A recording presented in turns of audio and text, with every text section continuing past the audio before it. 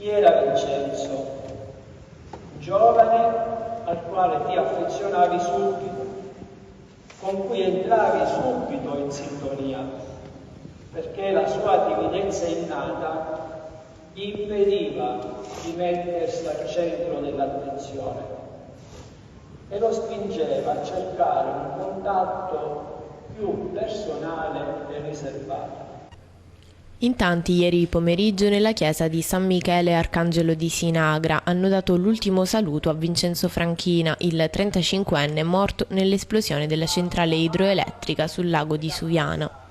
Ed infine, non da ultimo, il lavoro, inteso non come un semplice obbligo, ma come una vera e propria ragione di vita. Vincenzo era orgoglioso della posizione che si era guadagnato con fatica, ma soprattutto con passione. Per i funerali il primo cittadino di Sinagra, Nino Musca, ha disposto il lutto cittadino, presenti anche i sindaci dei comuni dell'Iterland con la fascia tricolore e vari sindacalisti. In tanti hanno accompagnato la bara anche sotto la pioggia nell'ultimo viaggio verso il cimitero. Vincenzo era molto legato alla sua terra, ma aveva lasciato la Sicilia per trovare un lavoro. I pilastri della sua vita, ha detto nell'omelia il parroco Pietro Pizzuto, erano la famiglia, prima quella di origine e poi la famiglia che si era creato con Enza, impreziosita dalla nascita di Tommaso. Altro pilastro di Vincenzo, ha proseguito il sacerdote, era il legame con la sua terra di origine, con le sue secolari tradizioni e poi l'amicizia che ha dato la possibilità di esprimere la sua generosità. Infine, il lavoro. Vincenzo era orgoglioso della posizione che si era conquistato con fatica e con passione, ma proprio sul lavoro ha trovato la morte. Vincenzo era il più giovane dei 7 tecnici specializzati che hanno trovato la morte dopo l'esplosione nella centrale idroelettrica di Bargi verificatesi il 9 aprile scorso. L'esplosione, oltre alle 7 vittime, ha provocato anche 5 feriti gravi. Un bel dono per farsi amare ed apprezzare, per lasciarci un bel segno della sua presenza. In questa celebrazione si stabilisca tra noi e lui un vicendevole sostegno. Noi preghiamo per lui, e lui preghi davanti all'Altissimo, soprattutto per la moglie Enza e il figlioletto, per i genitori Giuseppe e Nunziata, per il fratello Gioacchino e la sua famiglia, per tutti i congiunti. Rivolgo ai cari familiari ed ora il vicario generale vuole dare un messaggio che il vescovo ci ha inviato.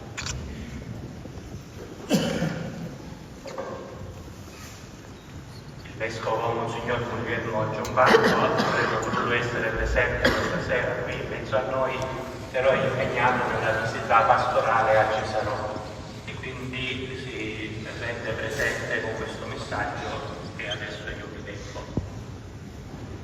Carissimi, in questo momento di sconforto e di dolore per la tragica morte del carissimo Vincenzo Franchina, avrei voluto essere presente insieme a tutti voi e presiedere la liturgia funebre. Purtroppo per motivi pastorali non mi è possibile, ma volentieri mi unisco a voi spiritualmente nella preghiera di suffragio e di consolazione, a tutta la comunità di Sinagra.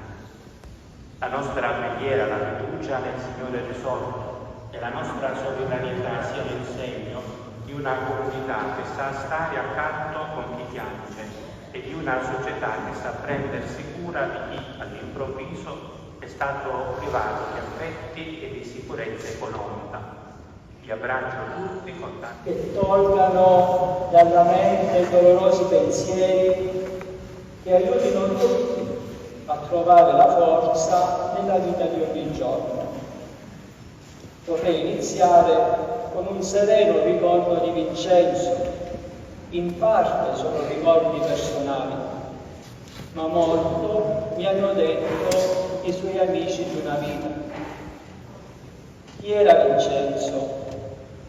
Giovane al quale ti affezionavi subito, con cui entravi subito in sintonia, perché la sua timidezza innata gli impediva di mettersi al centro dell'attenzione e lo spingeva a cercare un contatto più personale e riservato. Era un ragazzo dai modi gentili e affabili, aveva un temperamento mite ed era riflessivo di carattere. Infatti nel dialogo ti lasciava parlare e dopo un poco ti rispondeva con un atteggiamento accogliente. I pilastri della sua vita sono stati innanzitutto la famiglia, prima quella di origine, costituita non solo dai cari genitori, dal fratello, ma anche dagli zii, dai cugini, dai nipotini, e poi la famiglia che si era creato lui con Elsa, preziosita 3 mesi fa dalla nascita di Tommaso. Tra qualche tempo, incontrando questo figlio, avrebbe il piacere di rivedere in lui il padre. Altro pilastro è il legame con la terra di origine, con le sue belle e secolari tradizioni che ti entrano nell'anima e poi fatichi ad allontanartene. Poi ancora l'amicizia che gli ha dato la possibilità di esprimere la sua generosità e giovialità. Ed infine, non da ultimo, il lavoro, inteso non come un semplice obbligo, ma come una vera e propria ragione di vita. Vincenzo era orgoglioso della posizione che si era guadagnato con fatica, ma soprattutto con passione. Era competente, creativo, meticoloso e attentissimo alla sicurezza professionale, anche perché sapeva che è un figlio che l'aspettava. La sua morte ci ha lasciati essere tracce. La morte ha assestato un corpo da maestro.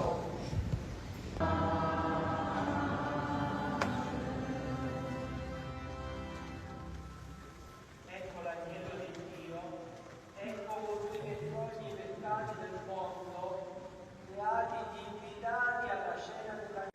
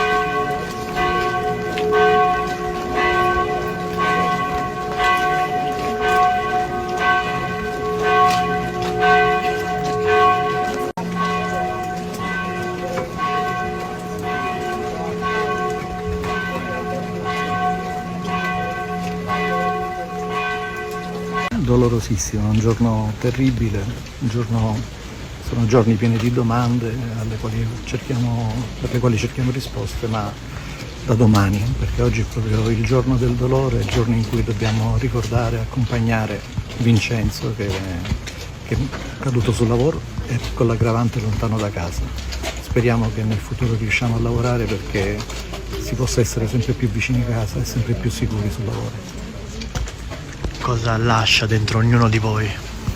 Oggi è un grande silenzio, interpreto la voce di una cittadinanza attonita e silenziosa.